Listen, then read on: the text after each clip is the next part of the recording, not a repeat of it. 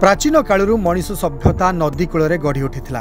नदी और जल उपरे निर्भर करी मनुष्य निजर आधुनिक समाज गढ़िबारे सक्षम होई परिछि। सेथिपई भारत रे नदी को मार आख्या दिया जाइछि, किंतु एही माँ एबे विपदरे। अतीतरे भद्रक जिला को समृद्ध करिथिबा साळंदी नदी निज मृत्यु शज्यारे। सहर देई जाइथिबा साळंदी नदी एबे पालटिछि नर्दमा।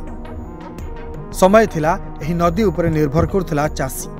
खेतरे पानी मड़ाई फलाउथिला सुनार फसल, रोजगार करुथिला अर्थ। केवल चासी नुहे, नदी उपरे निर्भर करुथिले मत्स्यजीवी। प्रतिदिन माछ धरी व्यवसाय करुथिले एवं परिवार पोषुथिले।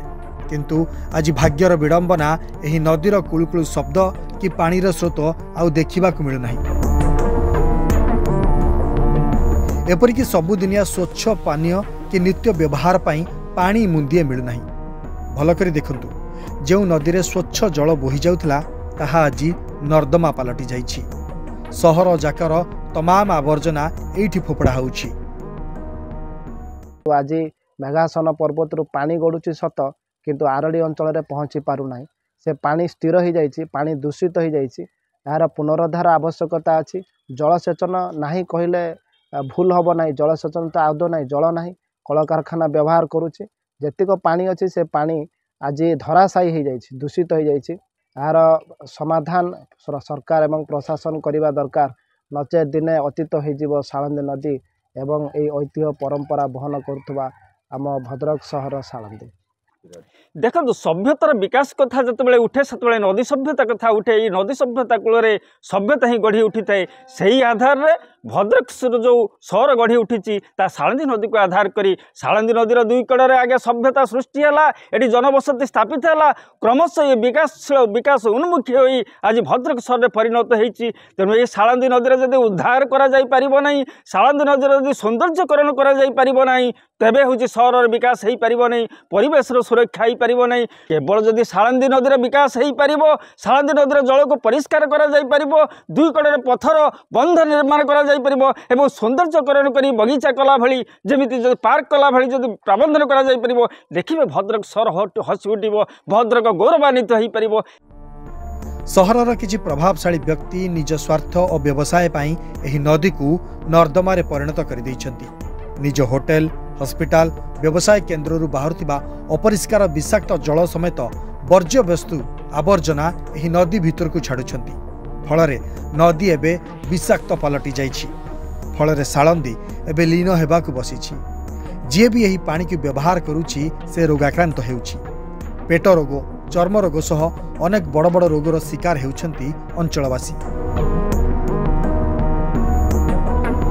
नदी उपरे भरोसा करि आसुथिबा तलिया अंचलर अनेक लोक एही पानी रे गाधौथिबा बेले अनेक समय रे चर्म रोग रे आक्रांत हेउछंती।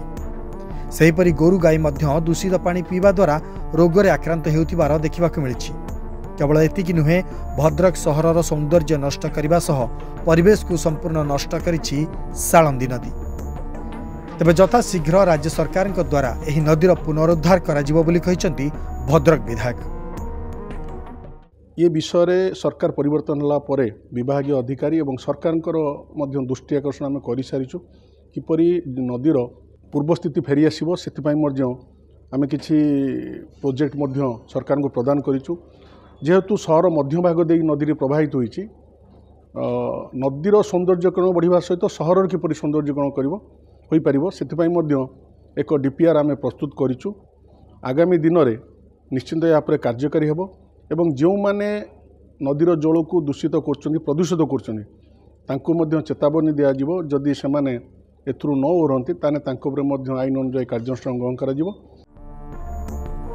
जहाको आमे माँ बोली मानु पूजा करू से एबे विपदरे। इतिहास साक्षी अछि, जेबे जेबे नदी पानी प्रदूषित हुए सेठारे सभ्यता लोप पाइछि। यार सद्य उदाहरण हेउछि पुरी जिला कणास ब्लॉक रो झाड़ाबांती। दयानदी पानी प्रदूषित हेबारु एठारे 4 जनक प्राणहानि होई सारिथिबा बेले 100 रु अधिक आक्रांत होई सारिलेनी।